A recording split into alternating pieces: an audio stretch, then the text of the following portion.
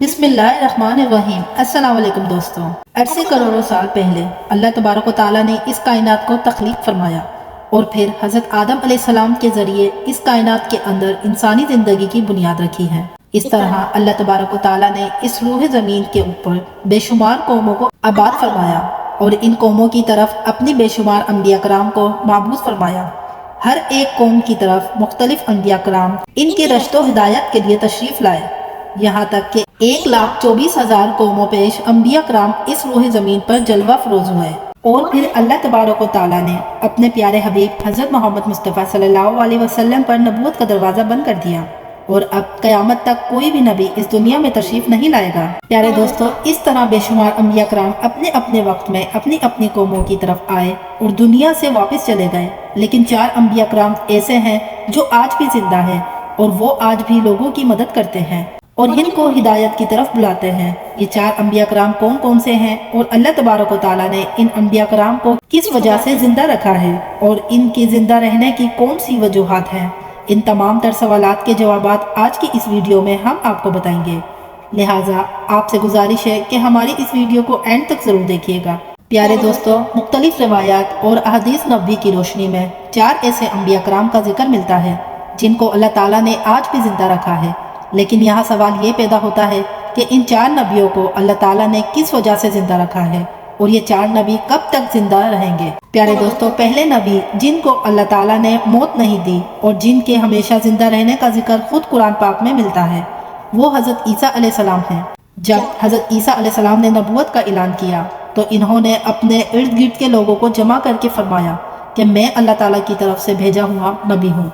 اور میں دعوت حق دینے کے لیے مبعوث کیا گیا ہوں، لیکن جس قوم کی طرف اللہ تعالیٰ نے حضرت عیسیٰ علیہ السلام کو مبعوث فرمایا وہ قوم یہودی قوم تھی، اور ان کی کتاب میں یہ واضح لکھا ہوا تھا کہ اللہ تعالیٰ کا ایک نبی آئے گا جو یہودیوں کے دین کو ختم کر دے گا۔ اسی ڈر کی وجہ سے یہودیوں نے حضرت عیسیٰ علیہ السلام کو قتل کرنے کا منصوبہ بنایا کہ اگر حضرت عیسیٰ علیہ السلام زندہ رہے تو ہمارے دین کو ختم کر دیں گے۔ چنانچہ حضرت عیسیٰ علیہ السلام اللہ تبارک و تعالیٰ کے حکم کے مطابق ان یہودیوں کو حق کی طرف بلاتے رہے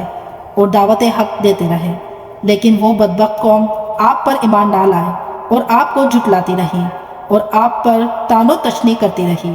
جب حضرت عیسیٰ علیہ السلام کو یقین ہو گیا کہ اب یہ لوگ میری کسی بات کا یقین نہیں کریں گے اور اسی طرح جہالت پر ڈٹے رہیں گے، ایک دن آپ نے سب یہودیوں کو اکٹھا کیا اور ان سے کہا کہ آپ میں سے کون ہے جو اللہ تعالیٰ کے دین پر ایمان لاتا ہے؟ تو ان میں سے تقریباً 12 یا 19 لوگ ایسے تھے جنہوں نے اس بات کا اقرار کیا کہ ہم اللہ تعالیٰ کی وحدانیت پر ایمان لاتے ہیں، اور کہا کہ ہم مسلمان ہوئے اور یقیناً آپ ہماری بخشش کا ذریعہ بنیں گے۔ ان خوش نصیب لوگوں کے علاوہ باقی تمام لوگوں نے دین اسلام قبول نہ کیا اور حضرت عیسیٰ علیہ السلام کو اسی طرح جھٹلاتے رہے اور اپنے سابقہ دین یعنی یہودیت پر قائم رہے۔ چنانچہ جب یہ لوگ حضرت عیسیٰ علیہ السلام پر ایمان لے آئے تو یہودیوں نے دیکھا کہ اگر اسی طرح لوگ حضرت عیسیٰ علیہ السلام پر ایمان لاتے رہے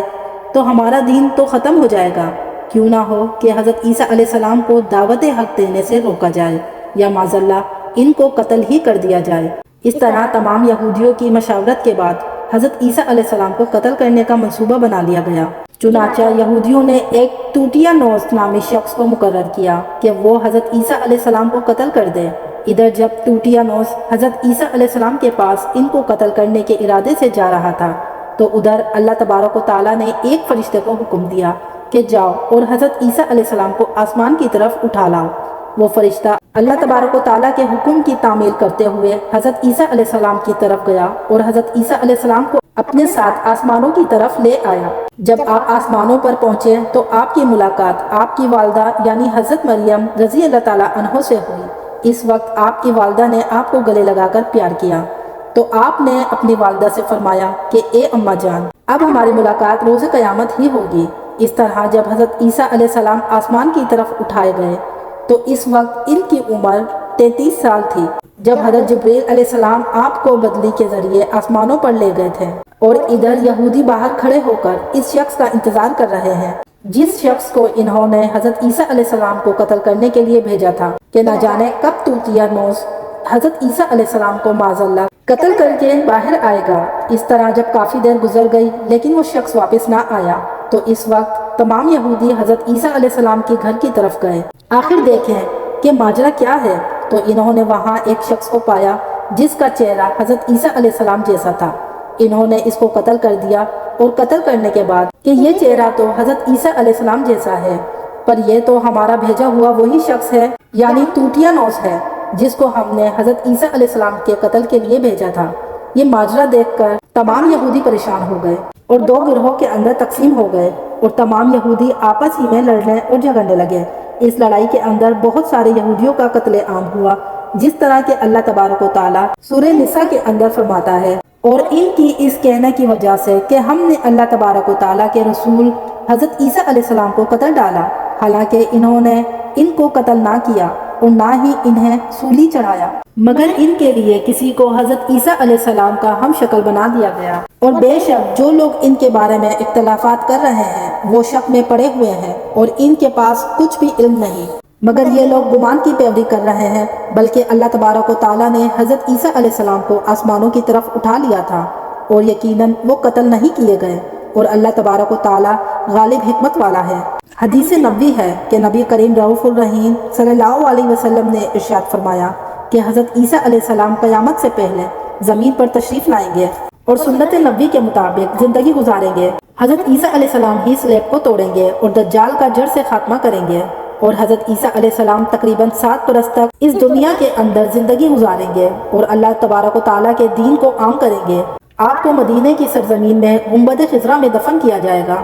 اور جو لوگ یہ عقیدہ رکھتے ہیں کہ حضرت عیسیٰ علیہ السلام معاذ اللہ قتل ہو گئے یا سولی پر لٹکائے گئے، وہ دائرہ اسلام سے خارج ہیں اور وہ کفر کر رہے ہیں۔ پیارے دوستو، اب بات کرتے ہیں دوسرے نبی جن کو اللہ تعالیٰ نے زندگی عطا فرمائی ہوئی ہے، وہ حضرت خضر علیہ السلام ہیں۔ حضرت خضر علیہ السلام ظاہری طور پر اس وقت اس دنیا میں تشریف لائیں گے جب دجال اس دنیا میں ظاہر ہو چکا ہوگا اور اس دنیا میں اپنا فتنہ فساد پھیلا رہا ہوگا، اور دجال لوگوں کو اللہ تعالیٰ کی دین سے دور کرے گا۔ اس وقت حضرت خضر علیہ السلام ان لوگوں کو اللہ تعالیٰ کی دین کا حکم دیں گے اور ان کو اللہ تعالیٰ کی وحدانیت کی طرف بلائیں گے۔ اور ایک دوسری روایت میں آتا ہے کہ حضرت محمد مصطفیٰ صلی اللہ علیہ وسلم اپنے صحابہ اکرام کو حضرت خضر علیہ السلام کا قصہ سنا رہے تھے کہ آپ نے فرمایا کہ حضرت خضر علیہ السلام کا باپ ایک بادشاہ تھا جو حضرت خضر علیہ السلام کو اپنی بادشاہت سے نوازنا چاہتا تھا، لیکن حضرت خضر علیہ السلام کو دنیا کی بادشاہت پسند نہ آئی، تو حضرت خضر علیہ السلام نے اپنے والد کی سلطنت کا جانشین بننے سے انکار کر دیا اور اپنے والد گرامی سے ناراض ہو کر جنگلوں کی طرف چلے گئے، جہاں ان کو کوئی بھی ڈھونڈ نہ سکا، اور وہاں آپ عبادت الہی میں مصروف ہو گئے۔ اسی دوران آپ کا گزر ایک آب حیات کے چشمے سے ہوا۔ اسی چشمے سے پانی پی کر آپ تا حیات زندہ رہنے میں کامیاب ہو گئے، اور آپ کے تا حیات زندہ رہنے کا ذکر کافی روایت میں ملتا ہے، جس طرح کہ حضرت انس رضی اللہ تعالی عنہ نے ایک روایت نقل کی ہے کہ جب اللہ کے پیارے نبی حضرت محمد مصطفیٰ صلی اللہ علیہ وسلم کا ظاہری وصال ہوا تو ایک بزرگ سارے مجمع سے ہوتا ہوا حضور انور صلی اللہ علیہ وسلم کے جسم انور کے پاس آ کر رکے۔ اس وقت اس شخص نے کچھ پڑھا اور واپس چل دیا۔ اس نے جانے کے بعد وہاں موجود صحابہ کرام سے پوچھا کہ یہ شخص کون تھا، تو اس وقت اس مجمع میں موجود کوئی بھی انسان اس شخص کے بارے میں علم نہ رکھتا تھا۔ تو اس وقت حضرت علی رضی اللہ تعالی عنہ بولے کہ اس شخص کو میں جانتا ہوں، یہ حضرت خضر علیہ السلام ہے۔ حضرت خضر علیہ السلام اللہ تبارک و تعالیٰ کی حکمت سے مصیبت زدہ لوگوں کی رہنمائی کرتے ہیں، اور حضرت خضر علیہ السلام لوگوں کی اصلاح کر کے ان کو اللہ تبارک و تعالیٰ کے حکم کے مطابق زندگی بسر کرنے کا حکم دیتے ہیں۔ اور حضرت خضر علیہ السلام بہت نیک اور خدا ترس انسان ہیں، اور بعض روایات کے اندر حضرت خضر علیہ السلام کا ذکر حضرت ذوالقرنین علیہ السلام کے ساتھ بھی ملتا ہے کہ حضرت خضر علیہ السلام حضرت ذوالقرنین علیہ السلام کے ساتھ کسی سفر پر گئے، اور وہاں پر آپ نے آب حیات پیا، جس کی وجہ سے آپ کو تا حیات زندہ رہنے کا موقع ملا۔ پیارے دوستو، حضرت عیسیٰ علیہ السلام اور حضرت خضر علیہ السلام کے بعد تیسرے نبی جن کا ذکر ملتا ہے وہ حضرت الیاس علیہ السلام ہے۔ آپ کا ذکر قرآن پاک میں 2 جگہوں پر موجود ہے، جس طرح کے تفاسیر میں بیان کیا گیا ہے کہ حضرت الیاس علیہ السلام کو ایک نورانی گھوڑے پر بٹھا کر آسمانوں کی طرف لے جایا گیا، جس طرح کے حضرت انصر رضی اللہ تعالی عنہ سے روایت ہے کہ وہ فرماتے ہیں کہ میرا اور حضرت محمد مصطفیٰ صلی اللہ علیہ وسلم کا گزر ایک پہاڑی سے ہوا۔ وہاں سے گزرتے ہوئے ہمیں ایک آواز سنائی دی کہ اے اللہ تبارک و تعالیٰ مجھے بھی حضرت محمد مصطفیٰ صلی اللہ علیہ وسلم کا امتی بنا دے۔ یہ آواز سنتے ہی اللہ کے نبی نے مجھے یہ حکم دیا کہ اے انس رضی اللہ تعالیٰ عنہ اس آواز کا پتہ لگاؤ، یہ کون ہے؟ حضرت انس رضی اللہ تعالیٰ عنہ بیان فرماتے ہیں کہ جب میں اس پہاڑی کے اندر گیا تو میں نے دیکھا کہ ایک سفید پوش بزرگ اللہ تعالیٰ کی عبادت میں مشغول تھا۔ یہ تو محمد مصطفیٰ صلی اللہ علیہ وسلم کا صحابی ہے۔ تو اس وقت حضرت انس رضی اللہ تعالیٰ عنہ نے جواب دیا، جی ہاں، اس بندے نے کہا کہ میرا سلام محمد مصطفیٰ صلی اللہ علیہ وسلم کو پہنچا دو، اور محمد صلی اللہ علیہ وسلم کی بارگاہ میں عرض کرنا کہ حضرت الیاس علیہ السلام آپ کو ملنا چاہتے ہیں۔ میں نے واپس آ کر حضرت الیاس علیہ السلام کا پیغام حضور صلی اللہ علیہ وسلم کی خدمت میں پیش کیا